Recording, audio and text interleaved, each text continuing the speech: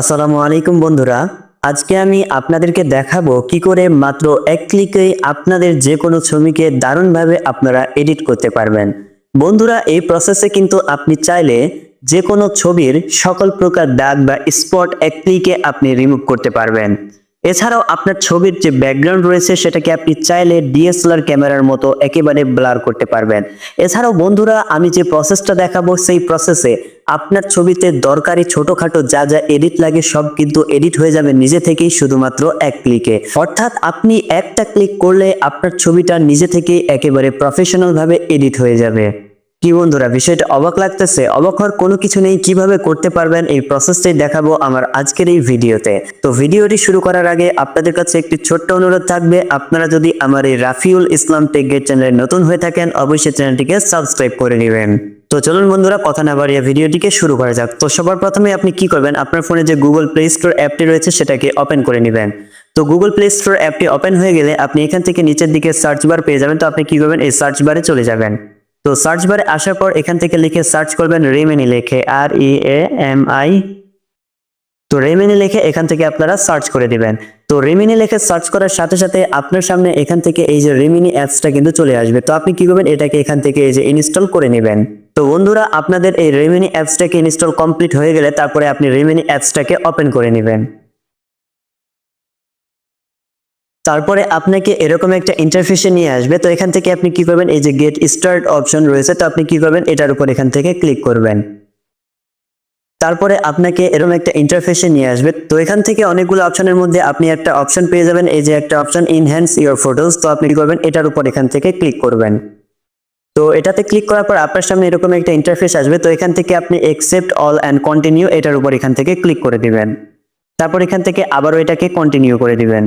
তো ক্লিক করার সাথে সাথে আপনার সামনে এখান থেকে এরকম কয়েকটা অপশন চলে আসবে। তো এখান থেকে আপনি কি করবেন, এখান থেকে আপনি যদি মেয়ে হয়ে থাকেন তাহলে এখান থেকে ফিমেল, আর পুরুষ হয়ে থাকলে এখান থেকে মেল সিলেক্ট করবেন। তো আমি যেহেতু ছেলে, এখান থেকে আমি মেল সিলেক্ট করতেছি। তো তারপরে আপনার কাছ থেকে এখানে অ্যালাউ চাইতে পারে। তো আপনি কি করবেন, এই যে অ্যালাউ অপশনটা রয়েছে এখান থেকে অ্যালাউ করে দিবেন। তো ক্লিক করার সাথে সাথে এখান থেকে আপনার ফোনে যত সব ছবি রয়েছে সব ছবিগুলোই কিন্তু এখান থেকে শো করবে, অর্থাৎ আপনার গ্যালারিতে যা যা ছবি রয়েছে।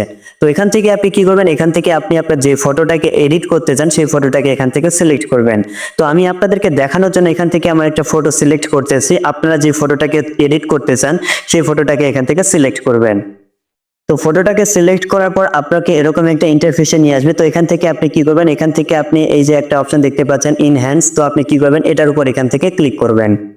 তো এটাতে ক্লিক করার পর এখান থেকে একটু প্রসেসিং নেবে। তো এখানে একটু সময় লাগতে পারে, 1 মিনিট বা 40 সেকেন্ড বা 50 সেকেন্ড। তো এখানে একটু আপনি ওয়েট করবেন।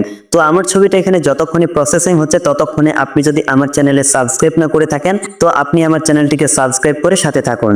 তো আমার ছবিটা কিন্তু প্রসেসিং কমপ্লিট হয়ে গেছে। তারপর এখান থেকে আপনি কি করবেন, ওকে গট ইট এরকম একটা যদি ইন্টারফেস আসে তো এটাতে ক্লিক করে দিবেন। তো ক্লিক করার সাথে সাথে আপনাকে এরকম একটা ইন্টারফেসে নিয়ে আসবে। তো এখান থেকে আপনাদেরকে একটু জুম করে যদি দেখায় তাহলে দেখুন এটা কিন্তু আমার আগের ছবি। তো দেখুন আগের ছবিটাতে কিন্তু কত কিন্তু মুখের মধ্যে দাগ বা ছবিটার মধ্যে কিন্তু দাগ, আর যে ব্যাকগ্রাউন্ডটা রয়েছে সেই ব্যাকগ্রাউন্ডটা কিন্তু একেবারে কিরকম যেন দেখাচ্ছে, ভালো দেখাচ্ছে না। এবার যদি এটাকে আমি এইদিকে টেনে দেই তাহলে দেখুন আমার ছবিটা কত প্রফেশনাল ভাবে কত সুন্দরভাবে কিন্তু এডিট হয়ে গেছে। এছাড়াও আপনি যদি উপরের দিকে একটু লক্ষ্য করেন তাহলে এখান থেকে দেখতে পারবেন এই যে দেখুন এখানে কিন্তু লেখা রয়েছে বিফোর, অর্থাৎ এই দিকে যেটা দেখাচ্ছে সেটা হচ্ছে পূর্বের, আর এই দিকে যেটা দেখাচ্ছে এই যে আফটার, অর্থাৎ এটা হচ্ছে পরে।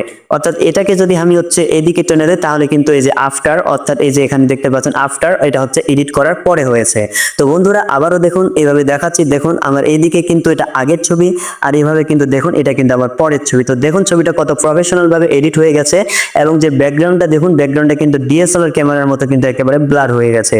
তো বন্ধুরা এভাবে আপনারা চাইলে আপনার যে কোনো ছবিকে কিন্তু এডিট করতে পারেন। তো বন্ধুরা এবার হচ্ছে আপনার ছবিটাকে ডাউনলোড করার পালা। তো ডাউনলোড করার জন্য আপনি এখান থেকে কি করবেন, এখান থেকে উপরের দিকে আপনি এই যে একটা ডাউনলোড আইকন পেয়ে যাবেন। তো আপনি কি করবেন, এই ডাউনলোড আইকনটার উপর এখান থেকে ক্লিক করে দিবেন। তো ক্লিক করার সাথে সাথে এখান থেকে দেখুন আমার ছবিটা কিন্তু ডাউনলোড হয়ে গেছে আমার গ্যালারিতে। তো বন্ধুরা আমি যে প্রসেসটা দেখালাম সেই প্রসেসে কিন্তু খুব সহজেই আপনারা কিন্তু আপনার যে কোনো ছবিকে কিন্তু এইভাবে প্রফেশনাল ভাবে এক ক্লিকে কিন্তু এডিট করতে পারবেন। তো বন্ধুরা আশা করি আপনারা বিষয়টাকে বুঝতে পারতেছেন যে কিভাবে আপনারা আপনার যে কোনো ছবিকে এডিট করতে পারবেন। তো বন্ধুরা আজকের মতো ভিডিওটাকে এখান থেকে শেষ করতেছি। যদি ভিডিওটি ভালো লাগে অবশ্যই আমার এই রাফিউল ইসলাম টেক গাইড চ্যানেলটিকে সাবস্ক্রাইব করে পাশে থাকা বেল বাটনটিতে ক্লিক করে অল করে দিবেন, যাতে আমার এরকম আরো উপকারী ভিডিওগুলো খুব সহজেই সবার আগে আপনাদের কাছে পৌঁছে দিতে পারি। তো বন্ধুরা, আগের মতো এবারও আপনাদের সাথে ছিলাম আমি মোহাম্মদ রাফিউল ইসলাম। তো এতক্ষণ পর্যন্ত আমার সাথে থাকার জন্য ধন্যবাদ। দেখা হবে সামনে আবার নতুন কোনো ভিডিও নিয়ে। খোদা হাফেজ।